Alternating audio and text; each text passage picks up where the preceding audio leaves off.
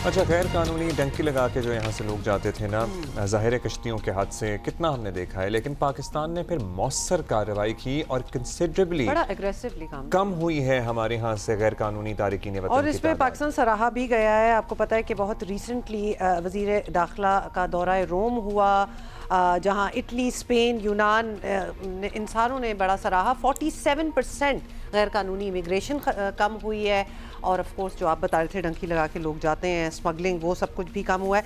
Let's talk about this. और ये बड़ी कामयाबी है। और जिन रीजन से सबसे ज़्यादा लोग जाते थे उसमें गुजरावाला भी एक है। मोहम्मद बिन अशरफ साहब हमारे साथ मौजूद हैं, डायरेक्टर हैं FIA के गुजरावाला रीजन से।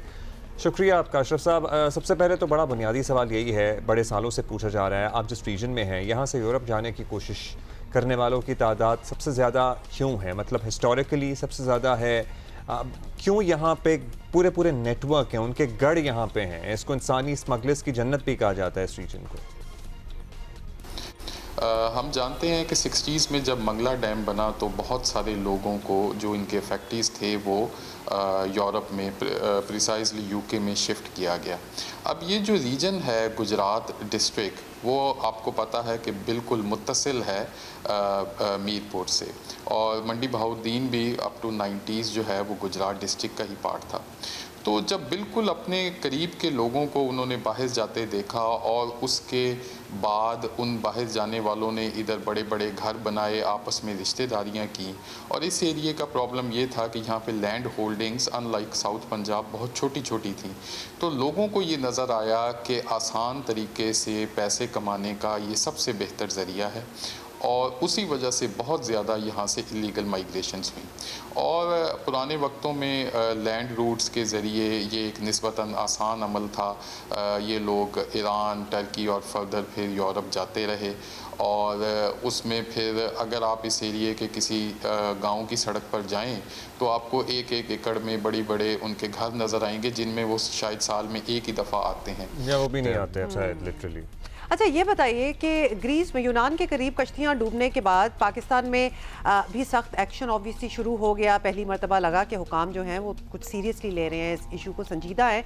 तो क्या कामयाबियां हासिल की हैं अब तक, ये हम आपसे जानना चाहेंगे। और क्या ये कह सकते हैं कि इंसानी स्मगलिंग नेटवर्क की कमर टूट चुकी है? मतलब इतना हमने स्ट्राइड्स लिए हैं इसमें। जी बिल्कुल, मैं ये वसूख से कैसे कह सकता हूँ कि बड़ी हद तक जो है वो इंसानी स्मगलिंग नेटवर्क्स की कमर टूट चुकी है। ऑब्वियसली हमेशा से बेहतरी की गुंजाइश होती है और हमारी एफ़र्ट्स जो हैं वो ऑन गोइंग हैं, लेकिन हमने एक सिस्टमेटिक तरीके से काम किया है। हमने अपने जो है वो कैपेसिटी बिल्डिंग और जो फोरेंसिक्स रीइंफोर्समेंट है वो की है।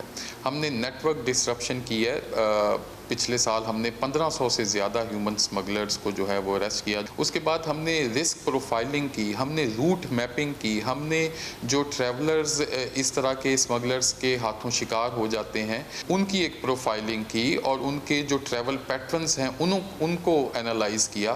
तो जब हमने सिस्टमेटिक ये तरीके से एक जो है वो बहुत ही डायरेक्शनल एक्शन किया तो उसके बहुत ही पॉजिटिव रिजल्ट सामने आए हैं। अच्छा अशरफ साहब, अब पाकिस्तान में होने वाली कोशिशों को दुनिया भी तस्लीम करती नज़र आ रही है। सो क्या हम उम्मीद रखें कि यूरोप या कहीं और जिन्होंने जाना है कानूनी रास्ते मज़ीद आसान होंगे, लीगल तौर पर जो जाना चाहें वो जा सकें? ताकि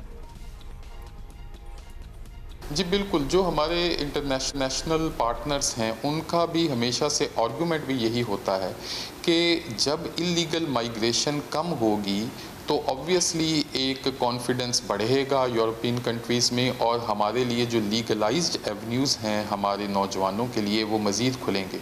रिसेंटली आपने देखा कि प्राइम मिनिस्टर ने भी इसी मंथ ऑस्ट्रिया का विज़िट किया और वहाँ भी यही बात हुई। कल ही जियो न्यूज़ की अपनी खबर थी कि हमारे इंटीरियर मिनिस्टर एक माइग्रेशन की कॉन्फ्रेंस में गए और वहाँ पे जो 6 यूरोपियन कंट्रीज़ हैं उन्होंने ना सिर्फ एक्नॉलेज किया, और हमारे फिगर्स जो हैं कि 47% रिडक्शन हुई है इलीगल माइग्रेशंस के तहत, उसको एक्नॉलेज करने के साथ साथ उधर पाकिस्तानियों को नौकरियां देने पे भी बात हुई। और हमारे पास जब लोग भी आते हैं और ये कहते हैं कि हम बाहर जाना चाहते हैं और एजेंट ने हमें लूट लिया, हम भी उनको यही अवेयरनेस दे रहे हैं कि देखिए जब अवेयरनेस काम भी कर रही है। बहुत शुक्रिया आपका, बहुत शुक्रिया। बहुत बड़ा काम है जो ये हुआ है, बहुत शुक्रिया। अच्छा जी, अभी एक ब्रेक लेंगे, जल्दी से वापस आएंगे फिर।